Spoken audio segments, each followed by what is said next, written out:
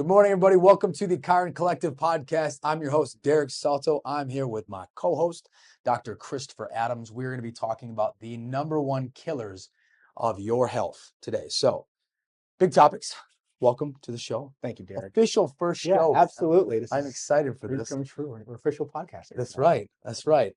The whole goal with this is to just enlighten people, I really think. Then, in terms of health, what do you think is the #1 thing that people miss? Proper nutrition. Proper nutrition. Proper nutrition. Okay. Proper nutrition. It's multifaceted. Obviously, something's going on. A lot of sick people out there. Terribly sick. Terribly sick, Derek. Yeah. So along the side of nutrition, what do you think full circle needs to happen? Do you think it's a lifestyle change? Do you think it's just physical fitness? Like, I want to dissect everything. Yeah, it's you are what you put in your body, and I think that gets lost. And from the medical side of things, we're seeing some real epidemics here. Just to put that in context for people, about 40% of Americans are considered obese. Yep. About 10% are considered morbidly obese or severely obese. There's been 13 different types of cancers that's linked to obesity, and we're seeing cancers in younger folks. I'm 43. We're starting to see cancers were traditionally 50 and 60-year-olds, now in 30 and 40-year-olds. And we don't know why in medicine. We're trying to figure that out. I would even say, like, even adults aside, if we look at children. Absolutely. Childhood obesity. It in itself is an epidemic. Right. Just thinking about, what's going on here? What's going on? Quality of food. Yeah. Having conversations with people that are like, oh, we used to eat just like this. And I'm like, well, the food that your grandma used to eat is not the same food you eat now. Yeah. I challenge people. When we talk about, how nutrition and how food has changed. If you just go on the internet and just look at a 1940s box of Cheerios. Yeah. Okay. You can look and see what the ingredients were back in the 1940s with 7 or 8 ingredients. 3 or 4 of those were vitamins. Right. You go to Hy-Vee now, you get a box of Cheerios and you turn the back and look at the ingredients. It's like 30 to 40 deep in ingredients, of stuff that even I as a doctor can't even pronounce. It's like, what's happened to our quality of food? Well, that's the thing. Like, if we're looking at, like, okay, how do I go about making better choices with my food? Look at the ingredients. If you can't pronounce a handful of those ingredients, you probably shouldn't eat it. Yeah. Like, if I'm going to take somebody to the grocery store, I've had one specific client who's like, hey, can you take me to the grocery store? I'm like, sure. And so we went to the grocery store. We shopped all the way around the outside of it. And that's kind of like the rule of thumb. But, like, diving even deeper into it, with lifestyle, what was the thing for you that had to change first before you could move forward with anything else? Sure. You're talking to me personally? Yeah. Yeah. So flash forward about a year ago, I was probably about 30 pounds heavier than I am now. And I'm a little bit of an older father. I have a 5-year-old daughter.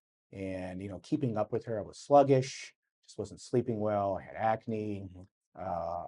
It's multifaceted why that was. But I just thought, I need to make a change. Yeah. I'm going to be 56 when she graduates from high school, and what kind of condition I'm going to be in. And then the other thing is, obviously, as a physician, I'm seeing 20 to 30 patients per day. Right. And occasionally you see those patients that are essentially the same age as you. In your 20s, when I first started med school and was starting my residency, everybody's about the same. Everyone was, slender. You could eat and drink whatever you wanted to. There was no consequences. Yeah. Hit about 30, folks were still good. Right about 35, you could tell was starting to catch up with folks. And then, now that I'm in my early 40s, yeah, I see so many people that are in their 40s that are on 3 to 5 medications. Yeah, it's like we hit the, you get the freshman 15. Yeah, hold on to that. They're not even talking about pre-diabetic, just flat out diabetic now. Right. Antihypertensive medications, that's high blood pressure for folks. And I was just like, this is going to be me if I keep down this road, and I got to make a change now. So it was really sort of a change of mindset that, okay, I've got to try to really change the way that I'm living life to get to the health that I want to be. So It can be done. If I can do it, anybody, as a busy surgeon, if I can do it, anybody can do it. It's true. The other thing with lifestyle that I think about is, I feel like a lot of times when people come into the gym, they automatically assume it's like, oh, I just gotta get moving. I just gotta move. But it's like, okay, no, there's got to be something full circle that happens. And I think for me, that's, kind of why when you first came in again, it's like, that's why I wanted to get you on focusing on fitness, nutrition, and mindset. But the nutrition aspect of it, when do you feel like you finally were like, okay, I have to change this? Like, because we worked together for the first 9 weeks, and then nutrition was like so. Like, basically, like, get completely transparent. Like, how was the first like 9 weeks for you? I mean, I was still eating a lot of ultra processed foods. Right. A lot of my meals were not one single ingredients. Still consuming, good amounts of alcohol for, what's standard for Northern Iowa. Right. And even though I was feeling stronger, lifting more, I wasn't necessarily, when I was looking in the mirror, seeing any results. Right. And, it wasn't until I really changed my diet that I started to, start seeing some results that you would imagine if, you're lifting, heavy weights and working with a personal trainer. But then Right. on that, start to feel better. It's amazing how when you clean up your diet, start moving your body, eliminating or cutting back on alcohol, getting good, 7 to 9 hours of sleep, how your body Right. resets and how you feel so much better. I feel better now at 43 than I did at 30. Right. That's something also, like, we'll draw back to it. I want to talk about the alcohol, because I think that's something that a lot more people need to Yeah, I understand. mean, They need to hear about. yeah, absolutely. I mean, if you're looking at it from a medical side of things, I mean, even moderate alcohol consumption can lower your gray matter in your brain. There's the whole, the buzzword leaky gut right now Yeah. about, if you're drinking alcohol, you can lead to leaky gut. I mean, I would argue alcohol consumption for, your typical American is probably the number one cause of leaky gut. Right. And, just skin quality. I mean, so many things. But I mean, we also live in a drinking culture. We Right. live in a fast food culture. We live in a drinking culture. We live in a sedentary culture. It's like the system is set up for you to not be living your best life. Thank you guys for tuning in to the Chiron Collective Podcast. A couple little plugs that I wanted to put out there. A company I work with closely, Centric, they offer men's apparel, shorts, tops, all the things. Go check them out on Instagram. But also, if you guys could, subscribe to our YouTube at the Chiron Collective Podcast, and also on TikTok and Instagram as well. And if you want to check some additional things out, go check out Chiron Built, and we'll talk to you soon. And correct me if I'm wrong, I believe that your gut health is more important than almost anything. Because if you are focused on making sure that you're getting good quality nutrients, vitamins, minerals, all of those things, and you're doing that on a regular basis, your brain is going to function at a higher capacity. I mean, we were working out in the gym, and I said I was, obviously progressing. Right. But, just how I was feeling and how I was looking physically didn't get better until I cleaned up my diet. I mean, Right. you really are what you eat. I mean, if you just think about it, I mean, if you don't exercise, Yeah. you can be, you can be normal tensive, not be diabetic, can be thin, can feel feel the best shape you've ever felt without ever hitting a gym. Right. I mean, it goes back to what you're consuming. So, I mean, nutrition is everything. Right. It really is. And like I said, I think a lot of people have some misconceptions about nutrition, or think that it's too hard to eat nutritious nowadays. And I think that's just the way society has set us up.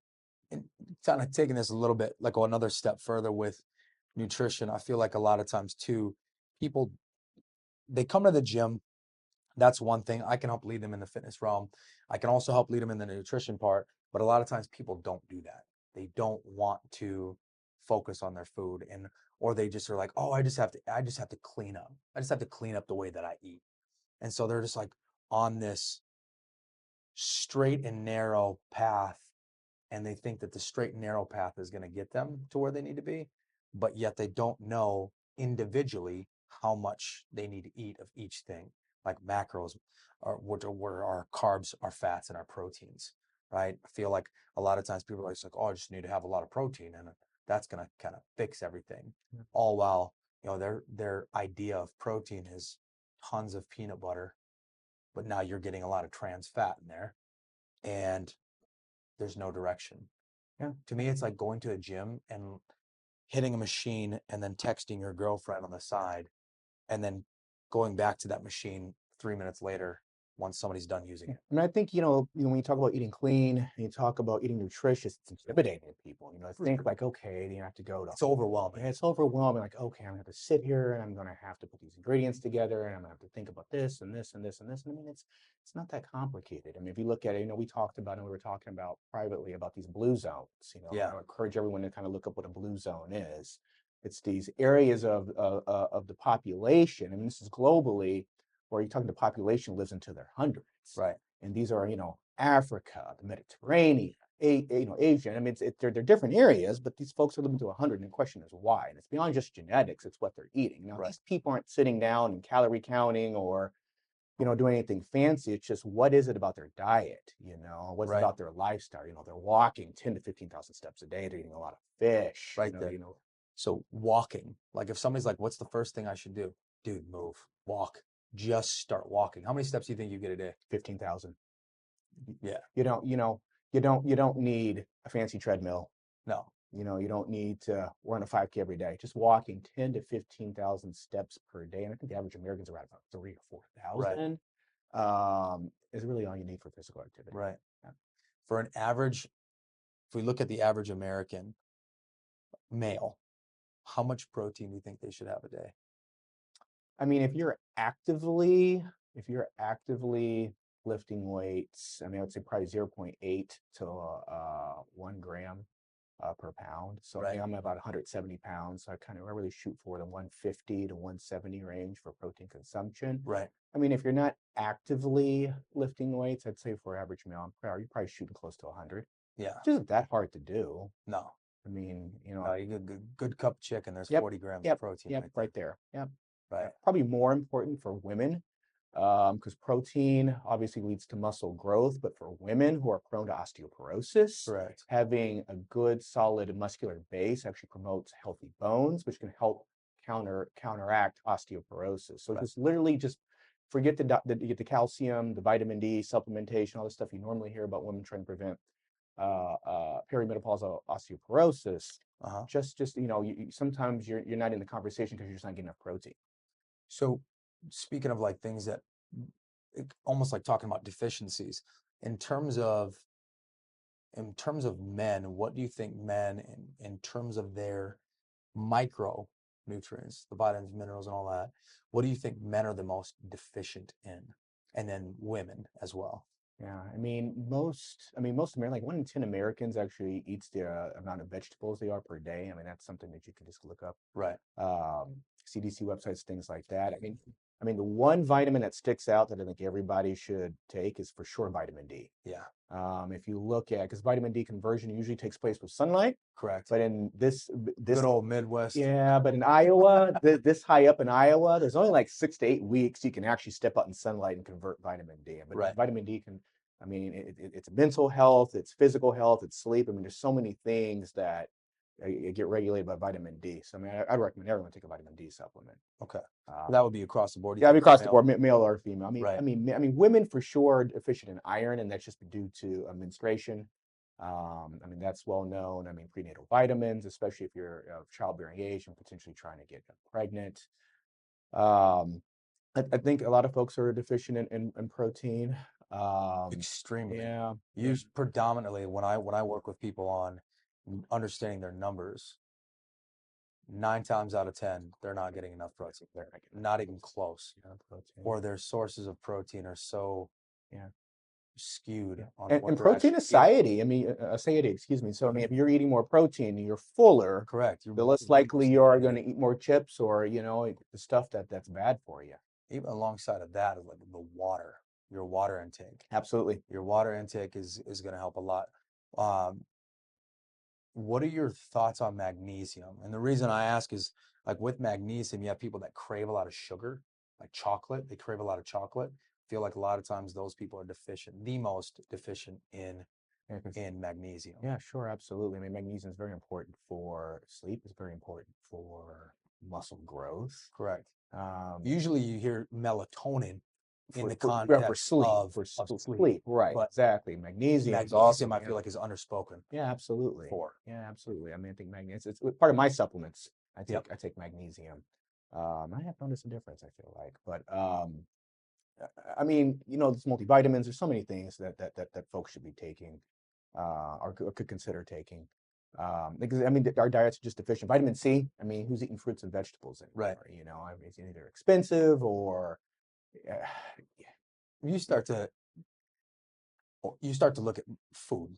So let's get really. I want to try to get really specific. Let's talk like best.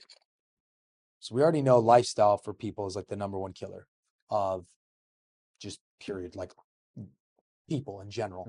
Mhm. First thing that somebody needs to do, and then I want to talk about fitness, nutrition, and the mindset part of it, and then kind of circle back. But the first thing that somebody needs to do, what do you feel like is the first thing somebody needs to do to change their lifestyle? Like first thing, top of the mind. The easiest thing that I would say somebody can do is, thinking about ways to get to the 10 to 15,000 steps per day. Okay. That's just walking around. I would That doesn't agree with require you to open up your checking account, your pocketbook, Right. go to the grocery store, give something up. It's literally just walking more, 10 to 15,000 steps per day. If somebody says they don't have time to do it, then you're not prioritizing. Yeah, exactly. Like if we look at it, like you're not prioritizing. What time do you wake up? Yep. 8 o'clock? Well, Yep. get up at 7 o'clock. Yep. Go Yep. for a little walk. Yep. There's walking pads. There's things that you can do. I mean, every, they say every, 100 to 200 steps, you're burning 3 to 5 calories. Correct. I mean, you can walk around. There's some things that you can do.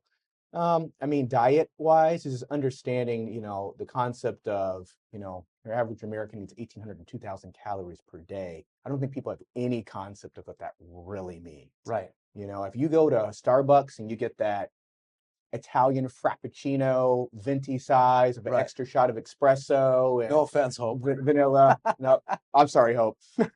That, that's like 600, 700 Yeah. calories. I mean, you're already 1/3 of the way there, Correct. and it's not even 8 a.m. yet. But it's like there's better options too, though. It's not saying Absolutely. that these places don't have good options. Like Yep. right now, we're having an espresso, so it's Absolutely. it's I mean, something black coffee small. is 5 calories. Right. It's light. It's going to give you the kick that you need to have if you're a caffeine person.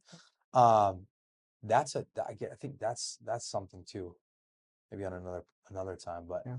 caffeine. But so walking, and then nutrition. So diving deeper into almost like routine, going back to the before you walk. I'm somebody who is my ritual is as soon as I wake up, I'm drinking like 8 ounces of water right away. Yeah. And I think that's something that's underutilized too, is just drinking water. Absolutely. But the thing with water is people don't understand that it makes you look more vascular. For those people that don't understand those things, like you can look more vascular with that. It also makes the muscles pop better. Yep. And then obviously the walking, the 10 to 15,000 steps, but then taking that into the nutrition. What time do you eat in the morning? Right when you wake up? I usually wake up about 5 a.m. Okay. And I usually do a very light breakfast. I usually aim for about 30 to 50 grams of protein. Right. Probably looking about 500 calories. Okay. Just to get the metabolism going and then get to work. And I usually do some type of lunch again, shoot for about 30 to 50 grams of protein. Yeah. And then, for dinner, something a little bit bigger, obviously. I'm trying to shoot somewhere between 1,000 to 1,500 calories for dinner, and then some type of light snack afterwards, or like dessert, if you will. Okay. Kind of basically 4 meals per day. It doesn't really matter, to be honest with you, Derek. Yeah. People talk about, you're talking about weight loss, or you're talking about, muscle growth, how many meals a day do you have to, it's all about what's coming in and what's coming out. It doesn't really matter otherwise. Right. And I think a lot of people have a misconception of what that means to, what's coming in and what's coming out. Right. I think there's a lot you could dive into with like timing of things, like, because I know that there's people that are very specific about like, this is what time I do this. If we're talking my personal routine is I wake up around 4:20 in the morning. I'll have 8 ounces of water. I don't eat right away in the morning just because I don't want to eat that early. But I'll go coach the classes and whatnot, 5 and 6 a.m. I'll come home around 7:15 and usually I'll have eggs, two pieces of sourdough toast, just because sourdough is great for the gut. And it's minimal in terms of its ingredients. And Then I'll go to the gym again, coach at 9 o'clock. And then afterwards, I usually have like a mid-morning snack. But before I work out, which is at our noon hour, I'll make sure, and this is important for anybody that's working out or eating close to a workout time, don't have fat, a lot of fat before you work out. Because and the reason, and you can correct me if I'm mistaken, the reason why I say don't have a lot of fat before you work out is because you don't want your body sitting there trying to metabolize the fat and break down fat, because it's harder for the body to break down fat while I need to be producing energy for a workout. So that's why I would say something more along the lines of, get a solid carb in there. Protein is not a source of energy exactly. So it's like, it's not a direct source anyways, but get something with a decent amount of carbs, minimal on the fat, so that way the carb is converted into your energy. Like I would even take it one step further and be like, hey, if you're coming in and working out in the morning, half a banana is great because the sugar is going to help push you through a workout, but also the carb in there as well. And you're just storing up glycogen. So what I'm hearing from you, just from the medical side of things and just kind of thinking about, things we've been talking about, is what I just heard from you, which I think is really important to the viewers: routine. Yeah. It didn't even matter what you were eating. You had a routine. Yeah. You had a set routine. This is what I'm eating. This is what I'm thinking about eating. I feel like people run into problems when you break out a routine. Or like you overthink it. Yeah, you overthink it. And then just like, oh, Susie brought in donuts today. Yep. Like, oh, I skipped lunch, so I'm hungry. I know I got to scramble to Taco Bell and get something. We had a potluck at work today, so I had to. Exactly. I get it. You break your routine. Yeah. You break your routine, and then you end up eating some things that maybe you don't want to. I mean, you think about it, a donut is what, 300 calories? Right. That's for an average person, that's a 5K. Yeah. Right? Yeah. Like you get on a treadmill, you run a 5K, that's literally just one donut. Right. So that's where people are like, they get depressed about it and they're like, well, what's the purpose? Yeah. 30 minutes on a treadmill, sweating, having to take a shower, got to find time to budget it in. Yeah, just eat one less donut. Right. Just simple. I mean, ultimately, like, this is the killer of everything is choices, even deeper than just, like it's our lifestyle, but like the choices that we make are why we're in the position we are. So keep coming through nutrition. So like with nutrition and everything, once I figure out somewhat of a good routine, like what I've created now, or what you've created, then the mindset, motivation starts to kind of fizzle out. And I don't want to eat something. I don't want to eat chicken and rice and broccoli. Yeah. People think that if they have a cheat meal, that their whole life is falling apart. No way. Right. Yeah, it's so important. When I was in medical school, right, so just for viewers know, I went to Harvard Medical School many moons ago. But we actually had, this is actually really sad. We had like a couple of days of nutrition. Yeah. You think about how important nutrition is. And you freaking Harvard Medical School, you got like 10 hours of instruction on nutrition. But, they were showing at the time, they were talking about diets. Yep. And they were actually going through all the fat diets: Atkins, South Beach, keto. And if you actually look at the scientific literature, what they defined as long-term success, that meaning people that lost the weight, kept it off for more than a year. The only two diets that actually were sustainable, do you know what those were? No. Weight Watchers and Jenny Craig. Those are the only two diets that worked successfully long-term. Do you know why? What are those diets? Explain it to me. Go ahead, tell me. They're calorie counting. That's all it is. Right. And that's getting back to what you're saying. And if you don't want to eat, if you have a diet where you have to eat nothing but rice cakes and lamb, and you hate rice cakes and lamb, eventually you're going to fall off the wagon. Right. There's no way you can sustain that. If you like ice cream, I guess eat some ice cream. If you like French fries, you can eat some French fries. Moderation and portion size. Right. If you got to like what you're eating, you just have to understand, how much you're actually consuming and counteracting with some of the healthy stuff that's out there. Right. So, you got to like the food that you're eating. I think that's why a lot of people fail, because these fad diets, at some point, what you're going to eat, nothing but steak and eggs for every single meal for the next 30 years, that falls apart. Correct. you know. And then there are people, plenty of people that I know that, we got all kinds of styles of eating, right? I don't like people focused on keto. I just don't. I don't. Like, I mean, I remember having a discussion with one of my clients. He was talking about how the fact that he literally was like, yeah, last night we had the skin off of a chicken. Just ate all the skin off the chicken. I'm like, that's it? He's like, yeah, you got to stay in ketosis. I'm like, where did keto begin? Yeah. Pediatric patients, like pediatric cancer patients. Diabetes. Yeah. And diabetic. I mean, ketoacidosis will kill you. We have people in Mercy One Hospital right now with ketoacidosis. Right. I mean, ketoacidosis will kill you. And it's like, okay, like, yes, I understand, getting it to change, breaking the metabolism a little bit, but it's like, you could do that with intermittent fasting. Yeah, and that's non-sustainable. You're gonna eat chicken, like chicken skin for the rest of your life. No. Especially think about too. Well, you're missing the vitamins, that are in the oranges and apples. And, right. And maybe it's a little ignorant for us to be like, you're just gonna eat chicken skin for the rest of your life. But at the same time, it's like, okay, those are examples of just an example of one thing that somebody spoke about doing. Yeah. And I'm like, what is the benefit here? Yeah. I mean, if it's a single ingredient and it's colorful, it's probably worth eating. Okay. Blueberry, strawberry, right? Spinach. So we got 5 minutes. We got about 5 minutes left in our podcast time. What are the biggest takeaways? Like, let's do 3. Let's focus on 3. 3 big takeaways for people. Like, first thing that they need to do is they need to step. They need to make sure they're getting some steps in. Yeah. The second thing is understand what you're eating. Yep. And if you're afraid or you don't understand, talk to a coach. Little plug for myself there. Yeah, absolutely. But we also know, like dietitians, we don't just do things randomly here. But third thing, what do you think third thing would be?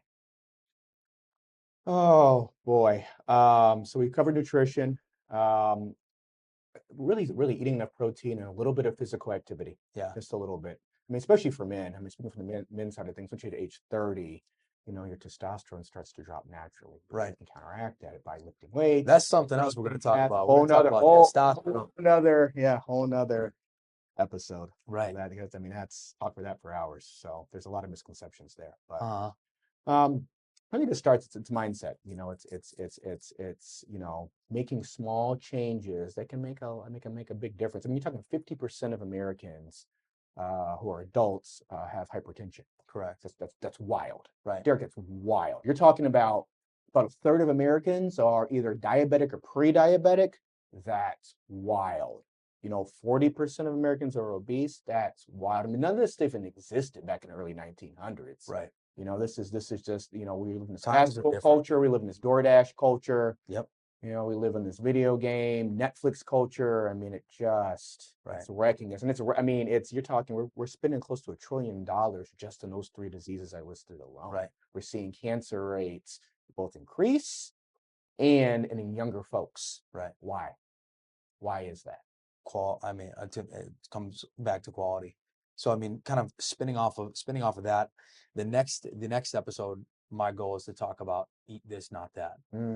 So when you're going to Starbucks, like instead of having this, you should have this. Yeah. Or when you go to, say, Chick-fil-A, you should have this, not that. Absolutely. Things like that. There are options. We just choose poorly a lot of the time. Yeah. We're all guilty of it. Right. Yeah. I mean, we're all guilty of it. And it's just about, like, as silly as it may be, like your choice of having a Coke versus having a Diet Coke are drastically different. They are. Or water. And water. And some people will be like, I follow this gal, and she always at the end of her video says, and here's a Diet Coke for all the haters. Just shout out to her. Yeah, right. Freaking hilarious. Yeah, but right. That's just, I mean, it's a simple thing, but it's something that has allowed her to lose like 150 pounds, which is insane. So it's like, for anybody out there who's like, I don't know where to start. The first thing is you just realize that you don't know where to start. And the second thing is now you need to find somebody that knows how to help you start. So with that, I'm going to cap that as our first episode. Yeah, absolutely. Yeah. I look forward to more conversation Absolutely. with Here's a this. change in people's health and changing their lives. Amen to that. Yeah. Amen to that. So thank you guys for tuning in to the Chiron Collective Podcast. I hope you enjoyed it. And until next time, enjoy the show.